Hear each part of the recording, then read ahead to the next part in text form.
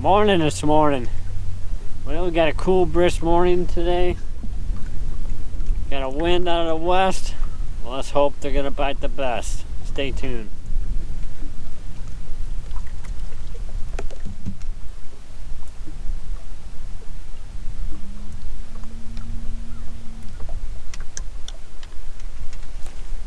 Fish on. All right.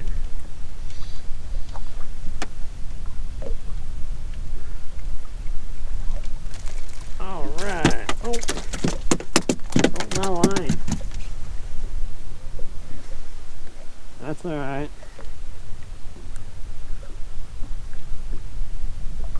I probably need to retie anyway.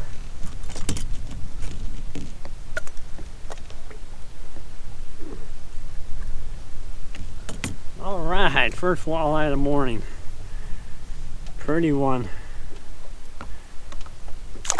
There he goes. Well, that's a start. Didn't take too long.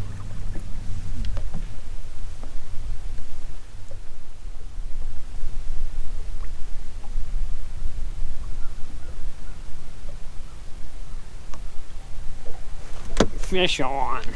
Bam!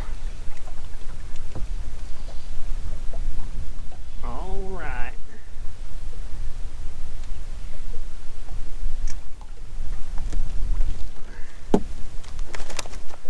That's Walleye.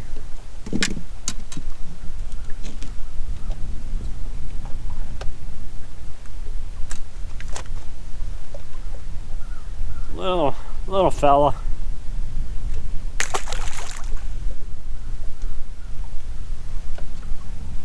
We'll talk a little bit about jig fishing here. I think people got the conception of walleye fishing with a jig is that you're gonna feel a thunk or a tick, and 90% of the time that's not true. Just like these last two fish I caught, it's more the fish just, you don't feel the tick, he just grabs it, and then just kind of a slight downward pressure on your line, and if you pull back on it and say, oh, is that something pulling, he's gonna spit it out. So you just get like, there's one right there.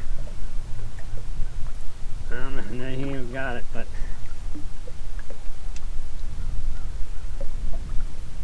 there, he got it.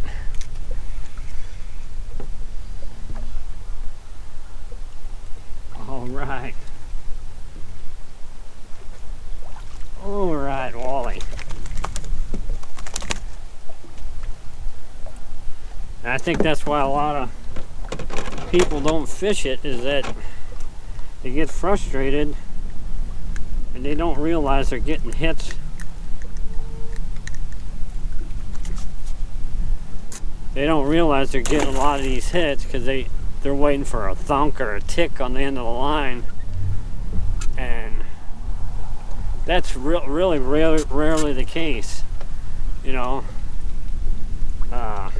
Like if I'm vertical jigging for crappie, I mean, they'll tick. I mean, they feel a good thunk on it.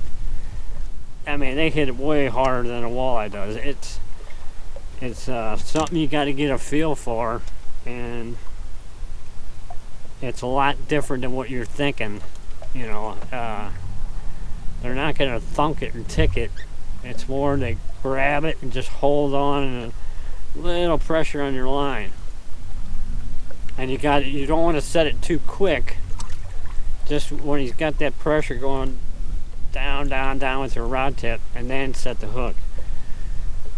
That's how you miss a lot of fish too. If you set the hook too early, then you're just going to come off with half a crawler or whatever. So the key is get the jig down close to the bottom, and you know, in this case I'm twitching this nightcrawler right off the bottom. I'm in about 10.5 to 12 tops. So you want, in that case, and the wind right now is not very strong. So in that case, you want to use the lightest jig you can. I use a 16th ounce jig, half a nightcrawler. Get this one here.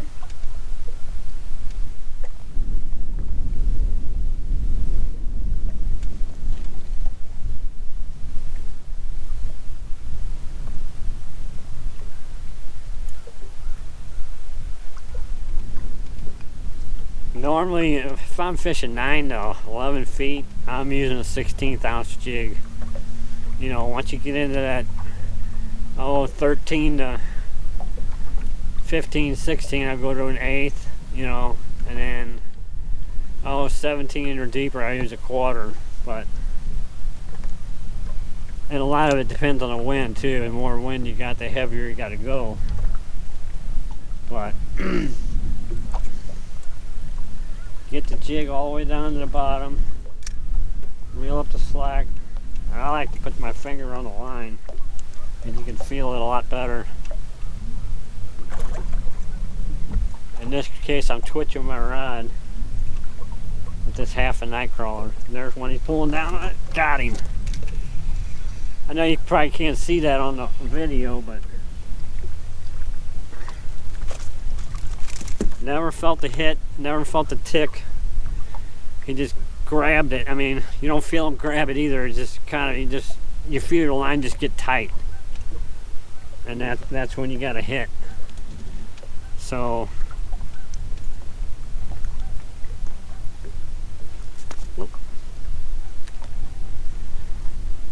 all little guys so far, but that's all right.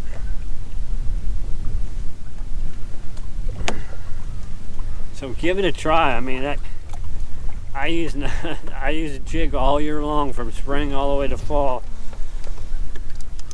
Whether, you know, in the early spring I'm pitching it, I'm casting it up shallow and retrieving it back, and then later on I'll vertical jig it, I'll wiggle worm it, snap jig it. It's all kinds of ways you can do it. See if we can get another one.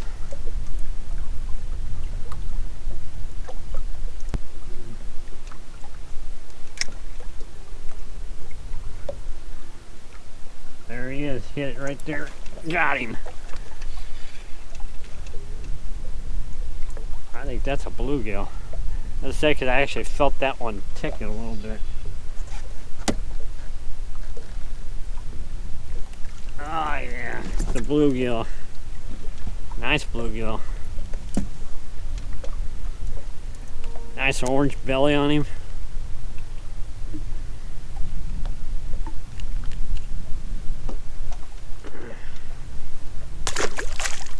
All right. So give it a try. It absolutely puts a ton of fish in a boat, whether you're vertical jigging it, wiggle worming it, casting it. Now when you're casting in the spring, casting it up and retrieving it back, you'll feel them tick it hard. You know, they'll hit it. Actually feel them hit it. But in the case when you're vertical jigging it or wiggle worming it, 90% of the time you're not gonna feel them hit it. You're just gonna feel tension on your line.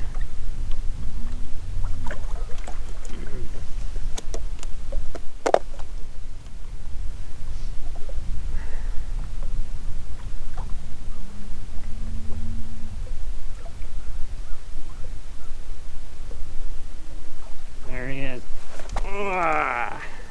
All right.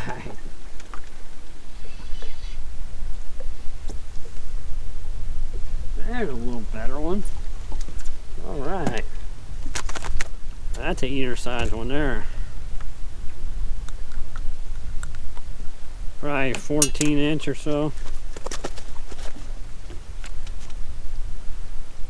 Pretty fish. All right, they're hitting pretty good this morning. I shouldn't say hitting, but they're grabbing it pretty good. I think that's why a lot of people have try fishing a jig get frustrated because they're waiting for that ticker to hit, and they know something's going on with their line and they don't know when to set the hook, or most of the time they're setting it too early when they think they got something.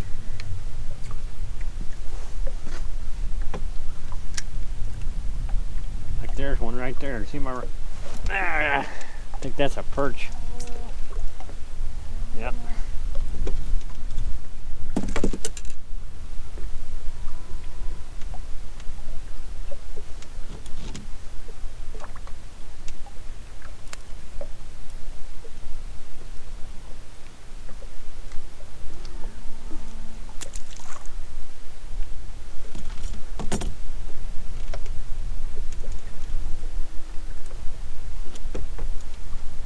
Because when a perch hits it, or a bluegill, you can feel them tick the crappie especially. I mean, your vertical jig crappies, they hit it good. They thunk it. You can feel them hit it. And don't get me wrong, there will be times when you feel a good tick on a walleye, but 90% of the time they don't.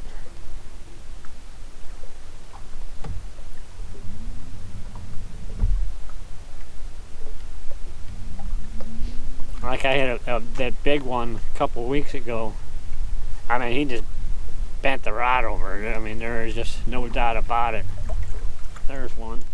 Oh, I missed him. A lot of times on bigger fish, they'll just grab it and just bend double your rod over, but most of the time they don't.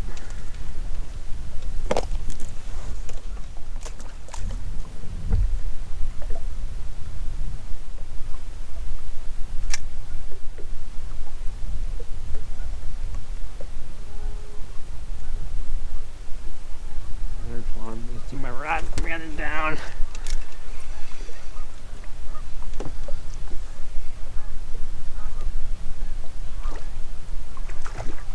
Alright, Mr. Walleye.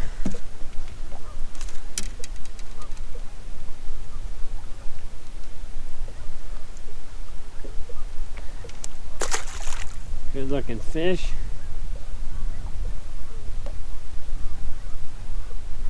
It's the most efficient way to, like this spot here.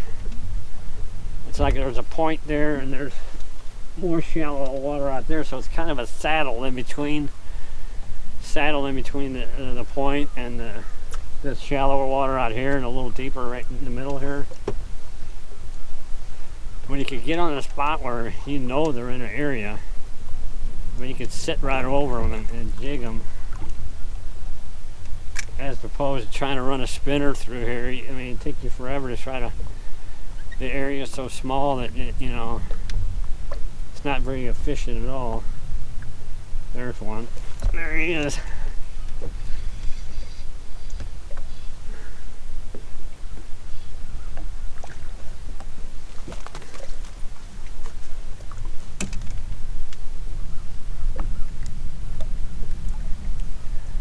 Little bitty guy.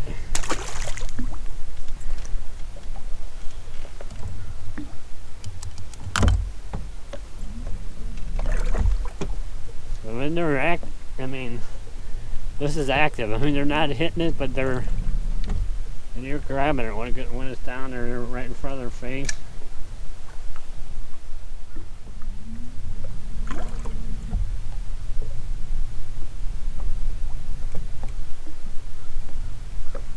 There it is.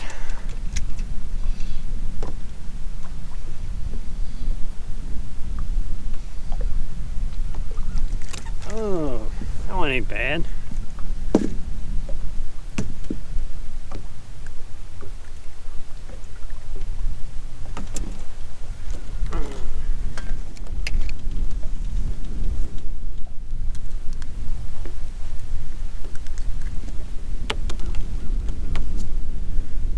Nice little eater there. About 14 and a half maybe. Nice fish.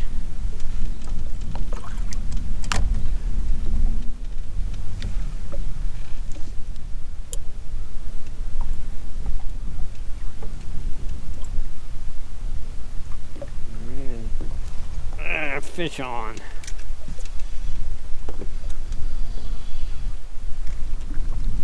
Alright, Mr. Walleye.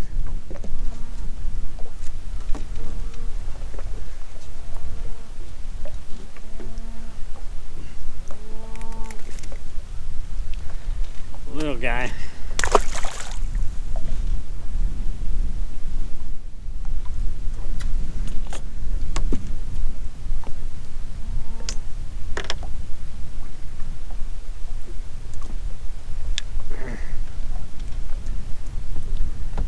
Another thing too to help, you know, detect strikes is like right here, I let it down to the bottom. Okay, my line went slack, so I tighten it up, put my finger on the line, which is important. And if I'm shaking the rod tip like this, you can feel that jig bouncing in your finger. You can feel it. Alright, you get used to that feel, what that feels like, that it bouncing that jig off your finger like that. When he grabs it, you don't feel that bouncing of the jig, you just feel tightness of the line, and you know he's grabbed it. So that helps indicate, you know, when you got a hit. Cause I like to say he stops it. He just grabs it and stops it, and you just feel your line get tight. You don't feel a hit. You don't feel nothing. You just feel your line get tight in your finger. You don't feel that bouncing of that weight of the jig on your finger anymore. And then you just hold, once you feel that, you hold your rod, and he'll just, most of the time, just slowly bend that rod tip down a little bit, and then set the hook.